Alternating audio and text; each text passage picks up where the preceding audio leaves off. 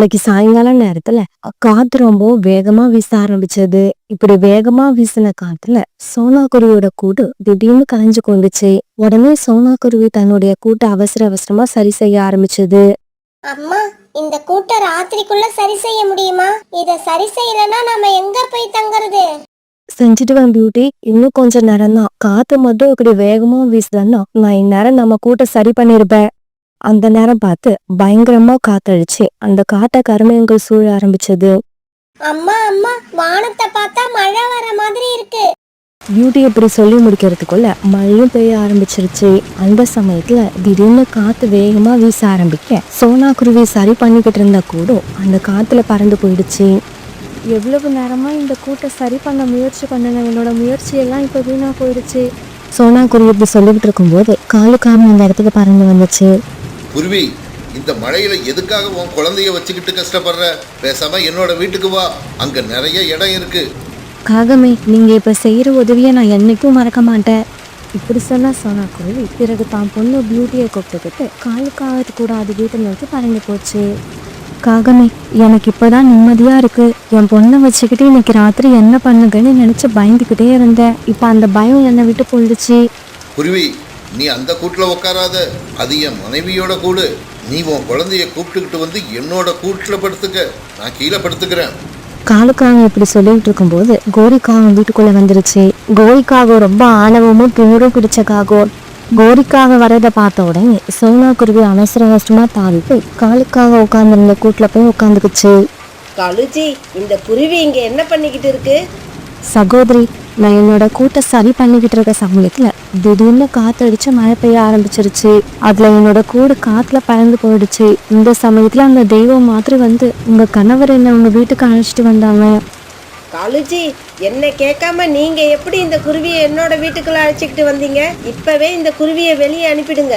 இன்னும் ஒரு நிமிஷம் இந்த குருவி வீட்டுக்குள்ள இருந்தா நான் உங்களையும் சேர்த்து வெளியில அனுப்பிடுவேன். கோரி, நீ ஏற்கனவே யாரும் நம்ம கிட்ட வந்து உதவி கேட்க கூடாதுன்னு நினைச்சு இப்படி தனியான இடத்துல வீடு கட்டி இருக்க. இந்த இடத்துல நமக்கும் பக்கத்துல இருக்கிறது இந்த குருவி மட்டும்தான். இப்ப இந்த குருவிக்கு நாம உதவி செஞ்சாதான் நாளைக்கு நமக்கு ஒரு கஷ்டம்னா இந்த குருவி நாம செஞ்ச உதவியை நினைச்சு பார்க்கும். காலுஜி, ஒரு கூடு கூட இல்லாத இந்த குருவி எனக்கு என்ன உதவி செய்ய போகுது? இதை இப்ப வெளியில அனுப்ப போறீங்களா இல்லையா? சகோதரி, என்னால உங்களுக்குள்ள சண்டை வேண்டாம். நான் இப்பவே வீட்டை விட்டு வெளியில போயிடுறேன். இப்படி சொன்ன சோனா குருவி பிறகு தான் பொண்ணு பியூட்டியை கூப்பிட்டுக்கிட்டு காலுக்காகத்தோட வீட்டை விட்டு வெளியில போயிடுச்சு. காங்களோட வீட்டை விட்டு வெளியில வந்த சோனா குருவி தான் பொண்ணு பியூட்டி கூட ஒரு மரத்துல உட்காந்துருந்துச்சு. கடவுளை, என் மனசுக்கு தெரிஞ்சு இது வரைக்கும் நான் யாருக்கும் எந்த தீங்கும் செய்ததில்லை. என்னால முடிஞ்ச வரைக்கும் மற்றவங்களுக்கு உதவி செஞ்சுக்கிட்டு தான் இருக்கேன். இன்னைக்கு நான் கஷ்டப்படுறப்ப எனக்கு உதவி செய்ய யாருமே இல்லை.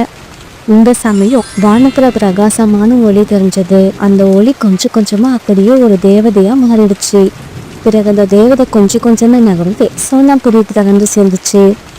சோனா குருவி, நீ எப்பவும் மற்ற பறவைகளுக்கு உதவி செய்வன்னு எனக்கு தெரியும். அதனாலதான் இக்கட்டான சூழ்நிலையில இருக்கிற உனக்கு உதவி செய்யறதுக்காக நான் இப்ப வந்திருக்கிறேன். தேவதையே, என்னோட மனசு ரொம்பவும் கஷ்டப்படுது. இருக்கிறதுக்கு பாதுகாப்பான ஒரு இடம் இல்லாம நானும் என்னோட பொண்ணும் ரொம்ப துன்பப்படுறோம். சோனா குருவி, நீ எதை பத்தியும் கவலைப்படாம என் பின்னாலேயே வா. இப்படி சொன்ன அந்த தேவதை முன்னாலே நகர்ந்துக்குவாங்க. சோனா குருவியும் பியூட்டியும் அது பின்னாலேயே பறந்து போனாங்க. இப்படி இவங்க கொஞ்ச தூரம் போனதுக்கு அப்புறம் ஒரு பெரிய தக்காளி தோட்டத்துக்கு வந்து சேர்ந்தாங்க. அங்க வந்து சேர்ந்ததும் தேவதை தன்னோட மந்திர சக்தியால அந்த தோட்டத்துல இருந்த ஒரு சின்ன தக்காளிய ஒரு பெரிய வீடா மாத்திடுச்சு. அதை பார்த்த சோனா குருவி வீடியோ ரொம்பவும் ஆச்சரியப்பட்டாங்க. இது பெரிய அதிசயம்தான். இது வரைக்கும் சின்னதா இருந்த ஒரு தக்காளி இப்ப இவ்வளவு பெரிய வீடா மாறிடுச்சு. சோனா குருவி, இந்த வீடு நான் உனக்காக தான் உண்டாக்குனேன். நீ இப்ப இந்த வீட்டுக்குள்ள போய் சந்தோஷமா வாழலாம். இனிமே எப்படி மழை பெஞ்சாலும் சரி, எப்பேற்பட்ட வெயில் அடிச்சாலும் சரி, எந்த சூழ்நிலையிலையும் உனக்கும் உன்னோட குழந்தைக்கும் எந்த பாதிப்பும் வராது. அழகான தேவதையே, இந்த மழையில இருந்து எங்களோட உயிரை காப்பாத்தினதுக்கு உங்களுக்கு ரொம்ப நன்றி. இப்படி சொன்ன குருவி பிறகு அந்த வீட்டுக்குள்ள பயந்து போச்சு. அம்மா, இந்த வீடு ரொம்பவும் அழகா இருக்கு. இது வரைக்கும் என்ன பயமுறுத்திக்கிட்டு இருந்த இந்த மழையை இப்ப ரசிக்கணும் போல இருக்கு. இதே சமயம் வெளியில வேகமா வீசிக்கிட்டு இருந்த காத்தால காங்களோட வீடு இருந்த மரம் லேசா ஆட ஆரம்பிச்சது. இப்படி கொஞ்ச நேரம் ஆடிக்கிட்டு இருந்த அந்த மரம் திடீர்னு வேரோட அப்படியே கீழே சாஞ்சிடுச்சு. மரம் இப்படி கீழே விழுந்ததால அது மேல இருந்த காமனோட வீடும் கீழே விழுந்து உடஞ்சு போயிடுச்சு. இப்படி உடஞ்சு போன வீட்டுல இருந்து காலுக்காக மட்டும் எப்படியோ தப்பிக்க கோரிக்காக வீட்டோட இடிபாடுகளுக்கு இடையில சிக்கிக்கிச்சு. காலுஜி, என்னை எப்படியாவது வெளியில எடுங்க, எனக்கு ரொம்ப வலிக்குது, என்னால வலி தாங்க முடியல. இப்படியே விட்டுட்டீங்கன்னா நான் இறந்து போயிடுவேன். என்ன காப்பாத்துங்க, என்ன காப்பாத்துங்க. கோரி, கொஞ்ச நேரம் அமைதியா இரு. உன் மேல விழுந்திருக்க கதவை என்னால தனியா தூக்க முடியாது. அக்கம் பக்கத்துல யாராவது இருக்காங்களான்னு பார்த்துட்டு வரேன். இப்படி சொல்ல காலுக்காக உடனே அங்கிருந்து பறந்து போச்சு. இப்படி பறந்து போன காலுக்காக யாராவது அக்கம் பக்கத்துல இருக்காங்களான்னு பார்த்தது. ஆனா யாருமே இல்லை. அதனால தொடர்ந்து பறந்து போன காலுக்காக இப்ப அந்த தக்காளி தோட்டத்துக்கிட்ட வந்து சேர்ந்துடுச்சு. இந்த மாதிரி வந்த காலுக்காக அந்த இடத்துல இருந்த ஒரு பெரிய தக்காளி வீட்டை பார்த்துடுச்சு. யாராவது இந்த வீட்டுல இருக்கீங்களா? இந்த வீட்டுல யாராவது இருந்தா வெளியில வாங்க.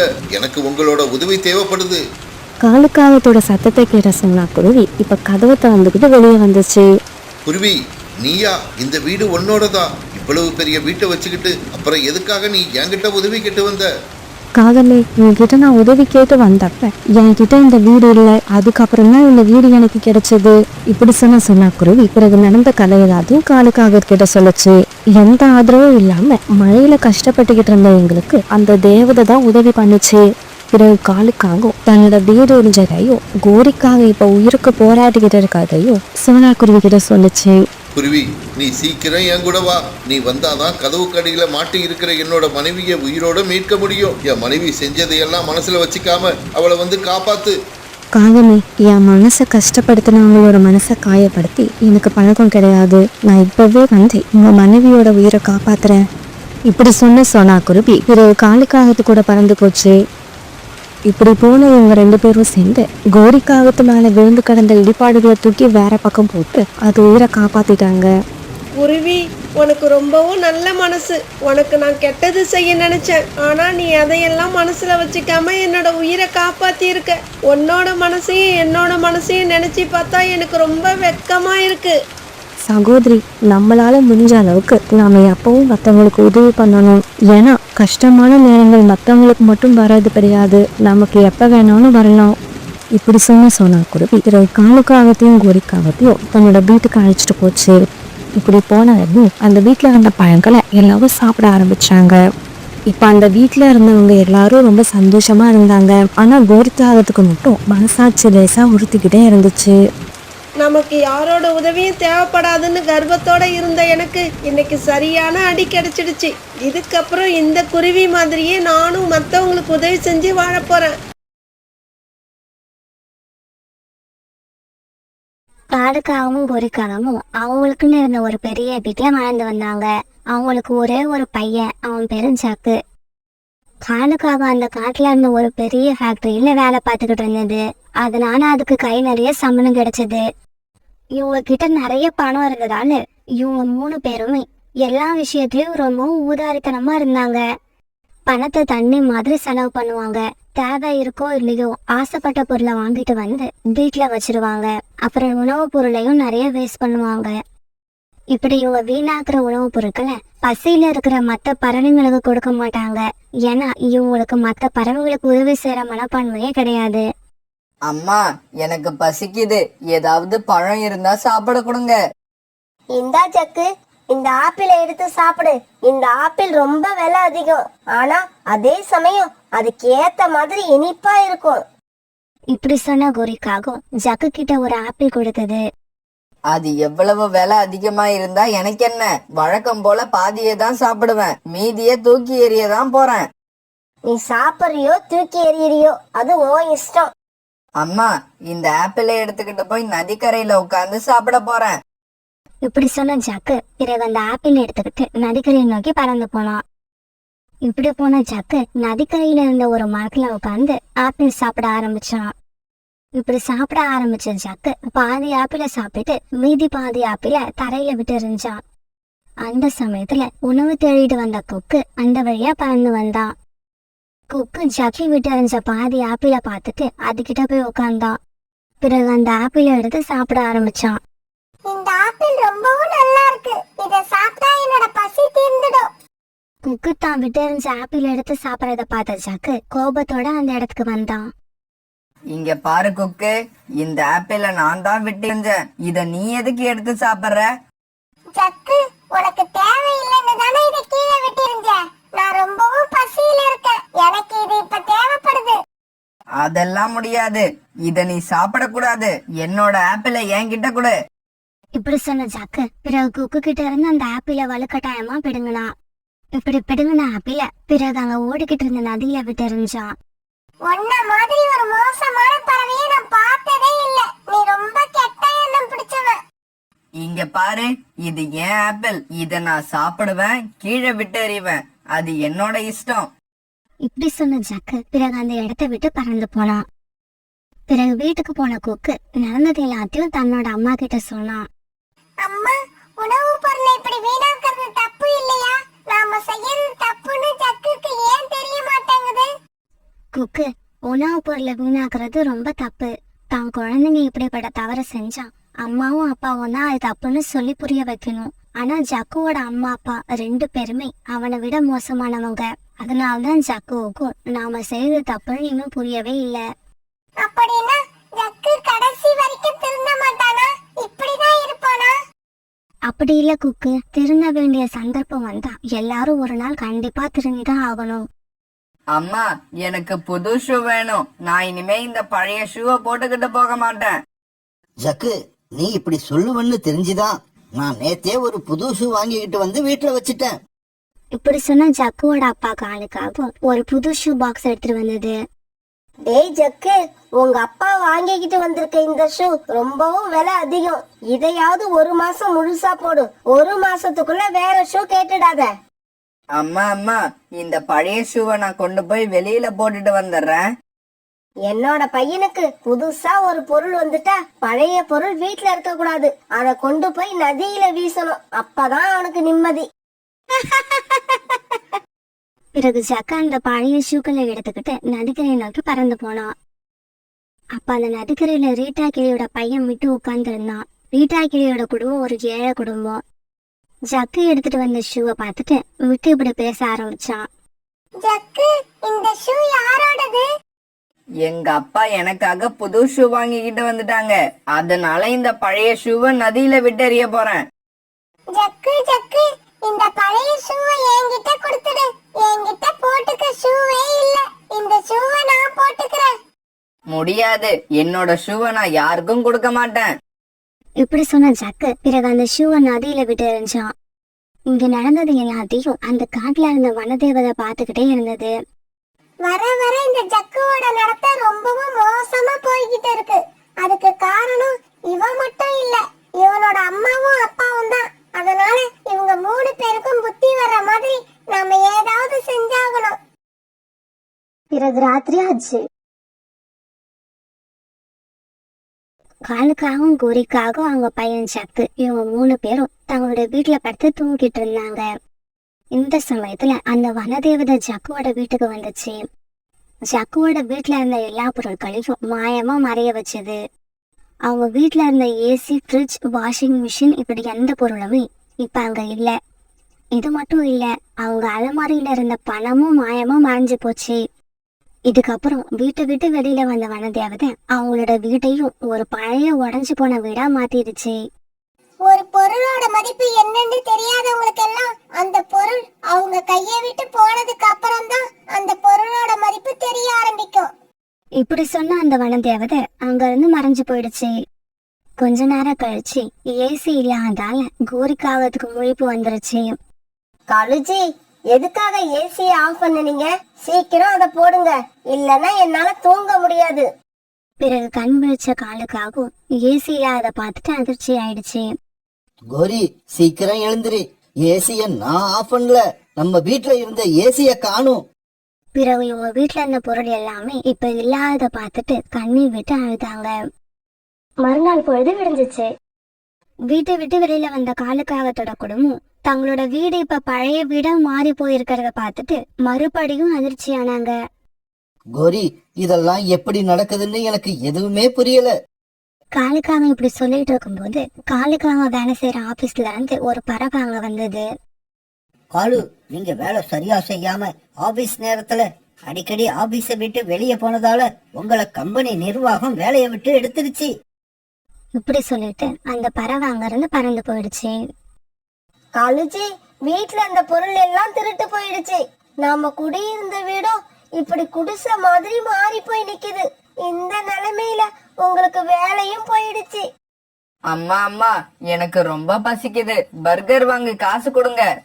டேய் ஜக்கு, நம்ம வீட்ல இப்ப பணமும் இல்ல, பசிக்கு சாப்பிடறதுக்கு பழைய சோறும் இல்ல.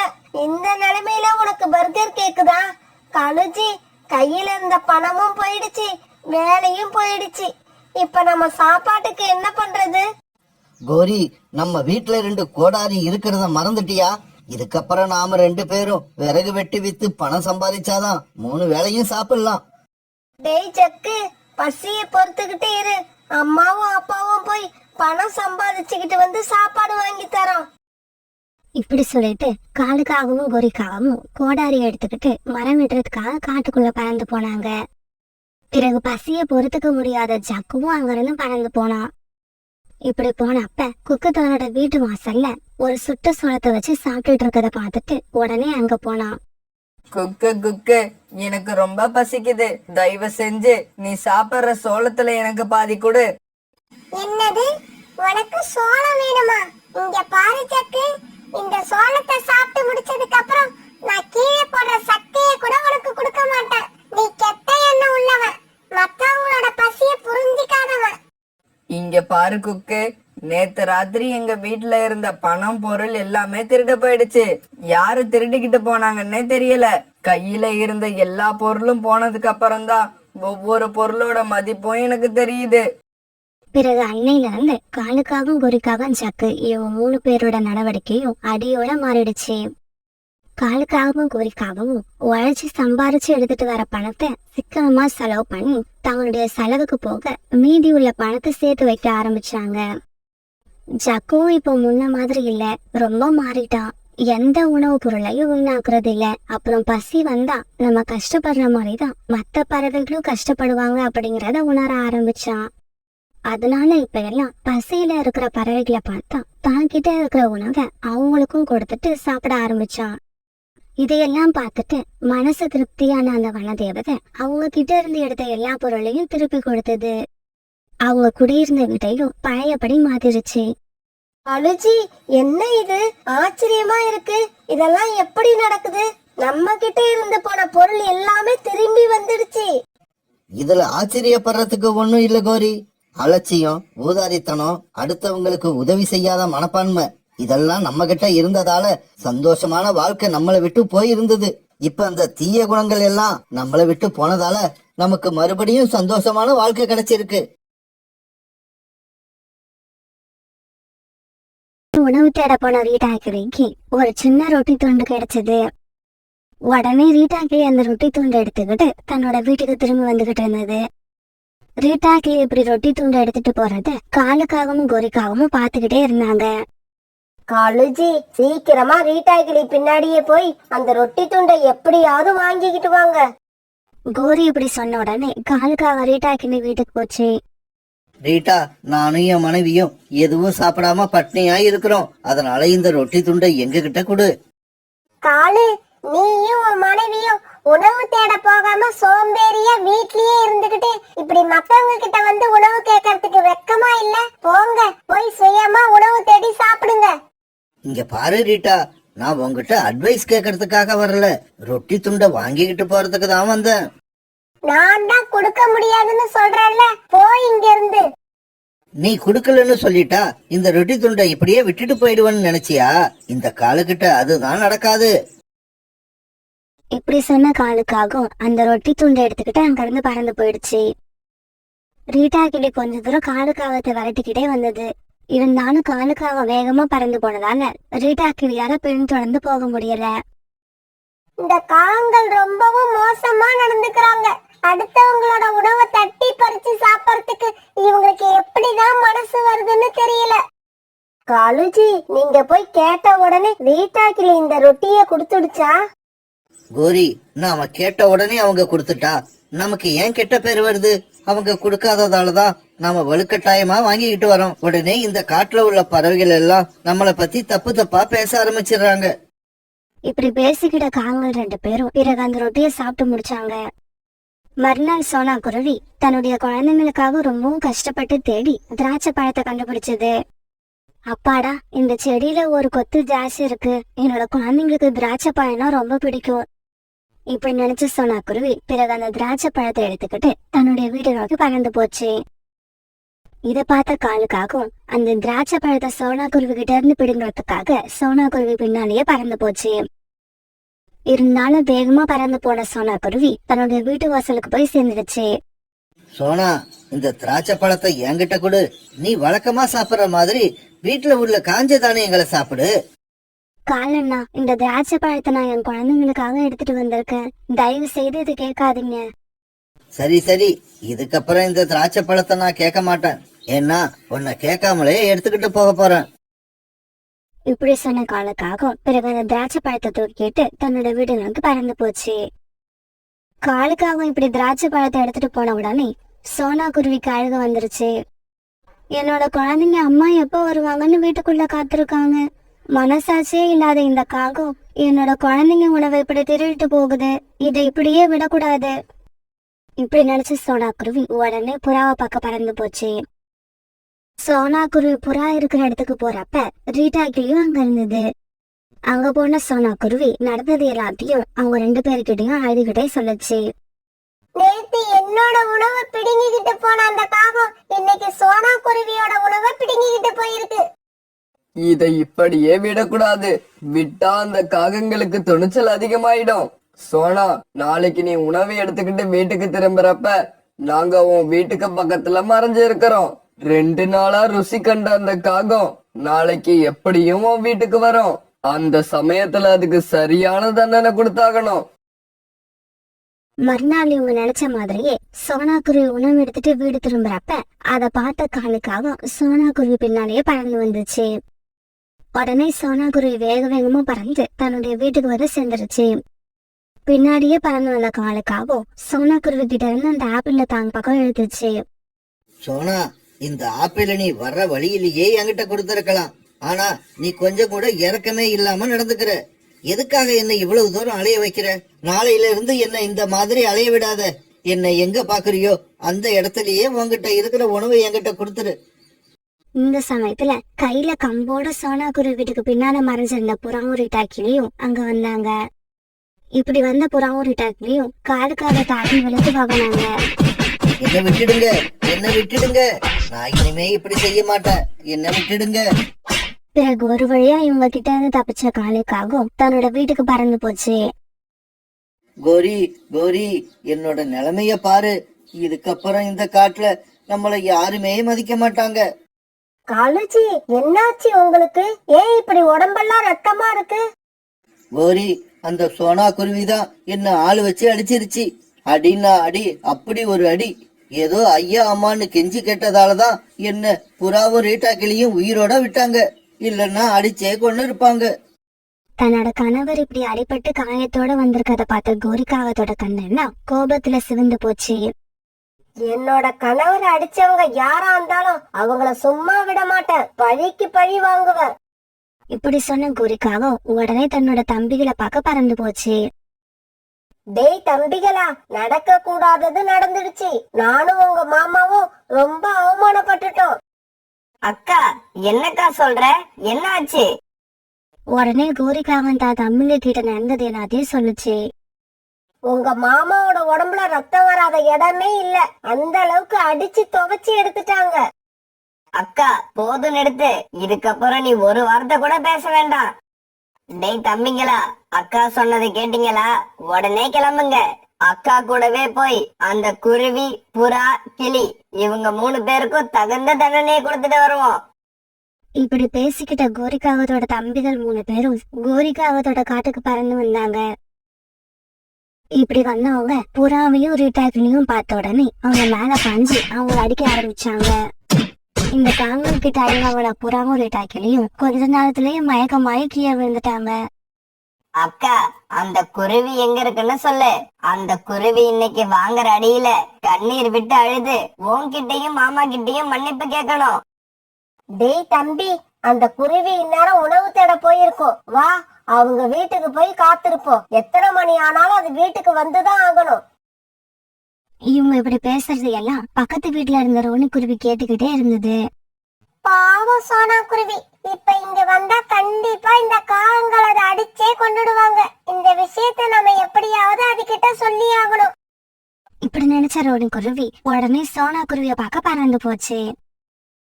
இப்படி பறந்து போன ரோனி குருவி ரொம்ப தூரம் போனதுக்கு அப்புறம் சோனா குருவிய ஒரு இடத்துல பாத்துடுச்சு. உடனே ரோனி குருவி நடந்த விஷயங்களை எல்லாம் சோனா குருவி கிட்ட சொல்லுச்சு. எனக்கு உதவின காரணத்துக்காக புறா அண்ணனையும் ரீட்டா துளியையும் அந்த காகங்கள் இப்படி அடிச்சு போட்டு இருக்காங்க. கடவுளே, இதுக்கு ஒரு முடிவே கிடையாதா? இங்க பாரு சோனா, தயவு செய்து இப்ப நீ வீட்டுக்கு வராத. இங்கேயே எங்கேயாவது தங்கி இரு. அந்த காகங்கள் போனதுக்கு அப்புறம் நான் உனக்கு தகவல் சொல்றேன். அதுக்கப்புறமா நீ வீட்டுக்கு வந்தா போதும். இப்படி சொல்லிட்டு ரோனி குருவி தன்னுடைய வீட்டுக்கு பறந்து போயிடுச்சு. பிறகு சோனா குருவி வேற வழி இல்லாம அங்க இருந்த ஒரு மரப்பொந்துல பதுங்கி இருந்தது. அன்னைக்கு சாயங்காலம் ஆச்சு. கடவுளே, என்னோட குழந்தைகள் 2 பேரும் என்ன காணாம தவிச்சுக்கிட்டு இருப்பாங்க. என்னோட இந்த நிலைமை வேற யாருக்கும் வந்துடக்கூடாது. அந்த சமயத்துல பீம் தன்னோட அம்மா அப்பா கூட அந்த பக்கமா பறந்து வந்துகிட்டு இருந்தான். இப்படி பறந்து வந்த அவன் சோனா குருவி ஒரு மரப்பொந்துக்குள்ள உட்கார்ந்துருக்கத பாத்துட்டான். அம்மா அம்மா, அங்க ஒரு மரப்பொந்துக்குள்ள சோனாண்டி உக்காந்துருக்காங்க. வாங்க, அவங்கள போய் பார்த்துட்டு வருவோம். பீம் இப்படி சொன்னதும் பிறகு எல்லாரும் சோனா குருவி கிட்ட போய் உட்கார்ந்தாங்க. சோனா, நீ மட்டும் தனியா எதுக்காக இங்க உட்கார்ந்துருக்க? ஆமா, என்ன உன்னோட கண்ணுல இருந்து கண்ணீர் வருது? என்னாச்சு? சொல்லுங்க ஆண்டி, ஏன் வீட்டுக்கு போகாம இங்க உட்கார்ந்து இருக்கீங்க? உடனே சோனா குருவி நடந்த எல்லாத்தையும் அழுதுகிட்டே சொல்லுச்சு. அந்த காகங்களை எதிர்த்து நான் எதுவுமே செய்ய மாட்டேங்கிற துணிச்சல்ல எப்பவும் என்கிட்ட வம்பு வாங்கிக்கிட்டே இருக்காங்க. சரி சரி, நீ இப்ப எங்க கூட வா. அந்த கோரிக்காகத்தையும் அதோட தம்பிகளையும் இன்னைக்கு நான் பார்த்தே ஆகணும். இப்படி சொன்ன கழகாக்கா பிறகு சோனா குருவியை கூட்டுக்கிட்டு அவங்க வீடு நோக்கி பறந்து போச்சு. இந்த சமயத்துல கோரிக்காகவும் அதோட தம்பிகளும் கையில கம்போட சோனா குருவி வீட்டு வாசல்ல சோனா குருவி எதிர்பார்த்து உட்கார்ந்துருந்தாங்க. அக்கா, நாம இங்க வந்திருக்க விஷயத்த யாரோ அந்த சோனா குருவி கிட்ட சொல்லிட்டாங்கன்னு நினைக்கிறேன். அதனாலதான் அது இவ்வளவு நேரமா வீட்டுக்கு வராம எங்கேயோ பதுங்கி இருக்கு. சோனா, நீ தைரியமா போ. அந்த காகங்கள் உன்னை என்ன செய்யறாங்கன்னு நான் பாக்குறேன். கழுகக்கா இப்படி சொன்ன உடனே சோனா குருவி தன்னுடைய வீட்டு வாசலுக்கு பறந்து போச்சு. தம்பிகளா, இதோ வந்துருச்சு பாருங்க. இதுதான் அந்த குருவி. இந்த குருவியோட மஞ்சள் கலர் ரெக்கைய சீக்கிரமா சிகப்பு கலரா மாத்துங்க. ஏய் குருவி, உனக்கு எவ்வளவு தைரியம் இருந்தா எங்க மாமாவை நீ ஆள் வச்சு அடிச்சிருப்ப. இதோ நாங்க வந்திருக்கோம். எங்களை அடிக்கிறதுக்கும் சீக்கிரமா போய் யாரையாவது அழைச்சுக்கிட்டு வா. அவங்க ஏற்கனவே வந்துட்டாங்க. இதுக்கப்புறம் போய் அழைச்சிட்டு வர வேண்டிய அவசியம் இல்ல. வந்துட்டாங்களா? எங்க இருக்காங்க? அவங்கள இங்க வர சொல்லு. ஏய், இந்த சோனா குருவிக்காக யார் இங்க வந்திருக்கிறது? தைரியம் இருந்தா எங்க எதிரில வந்து நில்லுங்க. கோரிக்காகத்தோட தம்பி இப்படி சொன்னதும் கழுகோட குடும்பம் அப்படியே அங்க வந்து உட்கார்ந்தாங்க. கழுக பார்த்ததும் கோரிக்காக மெதுவா எஸ்கேப் ஆக பார்த்துச்சு. ஏய் கோரி, எங்கேயும் போக கூடாது. மீறி போன நீ எங்க போனாலும் தேடி வந்து அடிப்ப. இப்படி சொன்ன கழுகாக்கா பிறகு கோரிக்காகத்தோட தம்பிகள் 3 பேரையும் மாறி மாறி அரைஞ்சது. அது மட்டும் இல்ல, கழுகாக்காவோட கணவரும் தான் பங்குக்கு 4 கொடுத்துச்சு. இப்படி கழுகு கிட்ட அடி வாங்கின கோரிக்காகத்தோட தம்பிகள் 3 பேரும் அங்கேயே மயங்கி விழுந்தாங்க. கழுகக்கா, தயவு செய்து என்ன ஒன்னும் பண்ணிடாதீங்க. நான் இனிமே இந்த சோனா குருவி இருக்கிற பக்கம் வரவே மாட்டேன். கோரி, இந்த புத்தி உனக்கு ஏற்கனவே வந்திருக்கணும். என்ன பண்றது, ரொம்ப லேட்டா வந்துருச்சு. அதனால நீ செஞ்ச வேலைக்கு இப்ப நீ தண்டனை அனுபவிச்சுதான் ஆகணும். இப்படி சொன்ன கழுகாக்கா பிறகு கோரிக்காகத்து மேல பாஞ்சி அதை ஆத்திரம் தீர அடிக்க ஆரம்பிச்சது. இப்படி ரொம்ப நேரம் அடிச்சதுக்கு அப்புறம் காகங்கள் 4 பேரையும் அங்க இருந்த ஒரு மரத்துல கழுகாக்கா தலைக்கையே கட்டி போட்டுச்சு. இங்க பாருங்க, உங்க 4 பேருக்கும் உயிர் வேணும்னா சோனா குருவி கிட்ட இனிமே வம்பு வச்சுக்க மாட்டோம்னு நாளைக்கு காலையில வரைக்கும் சொல்லிக்கிட்டே இருக்கணும். ஆமா, காலையில நானும் என்னோட அம்மாவும் வந்து பாப்போம். அது வரைக்கும் சொல்லிக்கிட்டு இருந்தீங்கன்னா நீங்க உயிர் தப்பிக்கலாம். இப்படி சொன்ன கழுகக்காவோட குடும்பம் பிறகு அங்கிருந்து பறந்து போயிடுச்சு. மறுநாள் பொழுது விடிஞ்சிச்சு. நாங்க இனிமே சோனா குருவி கிட்ட வம்பு வச்சுக்க மாட்டோம். நாங்க இனிமே சோனா குருவி கிட்ட வம்பு வச்சுக்க மாட்டோம்.